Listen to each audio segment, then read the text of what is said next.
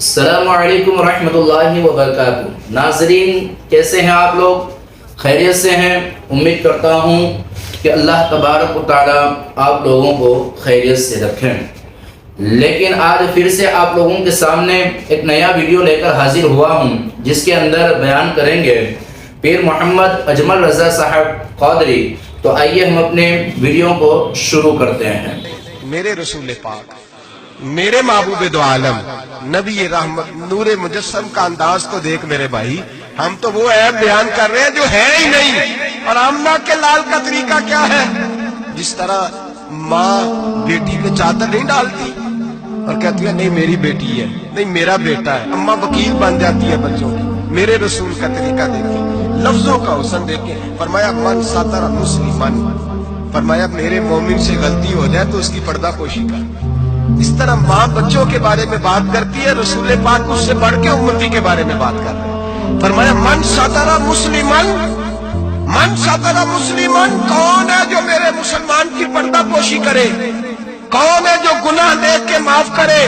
کون ہے جو اس کی پردہ پوشی کرے؟ اب جو من ساتر مسلمن، فرمایا جو میرے مسلمان کی پردہ پوشی کرے گا ساترہ اللہ یوم القیامہ، فرمایا اللہ کے رسول کا وعدہ ہے کہ رب قیامت کے دن اس کے گناہوں پہ پردہ ڈال دے گا اس کے۔ اور صحیح مسلم میں میرے نبی پاک نے فرمایا ہے اللہ اپنی رحمت کی چادر ڈالے گا بندے پہ، اللہ اپنی رحمت کی جو اس کی شان کے لائق ہے، اور چادر کے نیچے اس کو چھپا کے اللہ پوچھے گا۔ جو لوگوں کے عیب چھپاتا ہے کس طرح چھپائے گا؟ وہ بھی وضاحت دوسری جگہ پہ فرمایا اس پہ چادر ڈال کے، جس طرح دو لوگ چادر میں چھپ کے سرگوشی کرتے ہیں، رب کریم پردہ ڈال کے پوچھے گا یہ گناہ کیا تھا؟ بندہ ڈرے گا، اے اللہ میں بھول گیا تھا، غلطی وہ بھی کیا تھا، اے اللہ غلطی ہو گئی، وہ بھی کیا تھا، ہاں یا اللہ۔ فرمایا میں نے دنیا میں تیرے پردے رکھے تھے، آج بھی تیرے پردے رکھوں گا، جا میری رحمت کی چادر کے اندر چھپ کے جنت میں داخل ہو جا۔ حضرت عمر فاروق رضی اللہ مدینے کی گلی میں گھوم رہے تھے، ایک گھر سے گانے بازی کی آواز آنے لگی۔ حضرت عمر بڑے جلالی تھے، گناہ دیکھ کے بڑا جلال کرتے، ذرا کو گردن جھکائی، آپ نے نظر پڑی دروازے کی اوٹ سے، دیکھا کہ اندر تو شراب بھی پڑی ہوئی ہے۔ حضرت فاروق اعظم رضی اللہ تعالیٰ عنہ چھلانگ لگائی اور گھر کے اندر چلے گئے۔ آپ نے دیکھا شراب کا مٹکا پڑا ہے، وہ شخص ہے۔ آپ کہنے لگے دو دو گناہ کر رہے ہو، گانا باجا بھی اور شراب بھی۔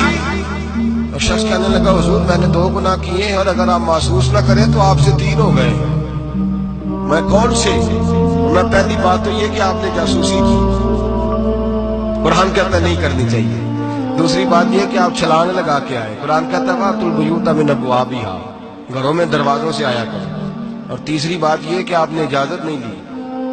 اور اگلی بات یہ کہ آپ نے یہ کنفرم ہی نہیں کیا کہ میں شرابی ہوں کہ نہیں، آپ نے ایسے ہی کہہ دیا ہے پتہ نہیں میں منع کرنے آیا ہوں، پتہ نہیں میں کس ارادے سے آیا ہوں۔ وہ شخص کہتا ہے حضرت عمر کو یہ بات کہی تو میں نے اس پہاڑ کو کانپتے ہوئے دیکھا۔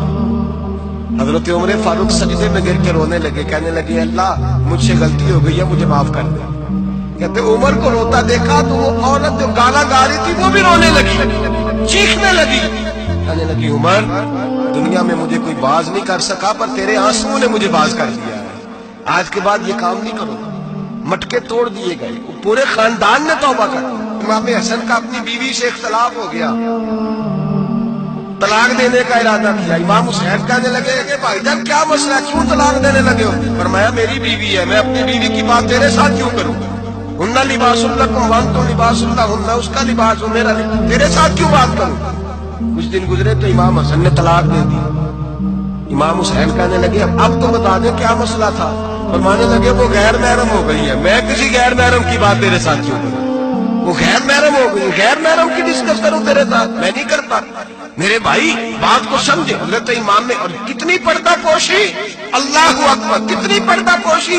تیری نسل پاک میں ہے بچہ بچہ نور کا، تو ہے نے نور تیرا سب کا، کتنی پردہ پوشی۔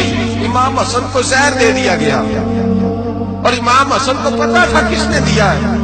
امام حسین سرانے بیٹھے، بھائی بھائیاں دے ویری ہوندے تے بھائی بھائیاں دیاں باواں۔ حضرت امام حسن انتقال ہو رہا ہے، آخری وقت امام حسین رو رہے ہیں، میرا بھائی جا رہا ہے،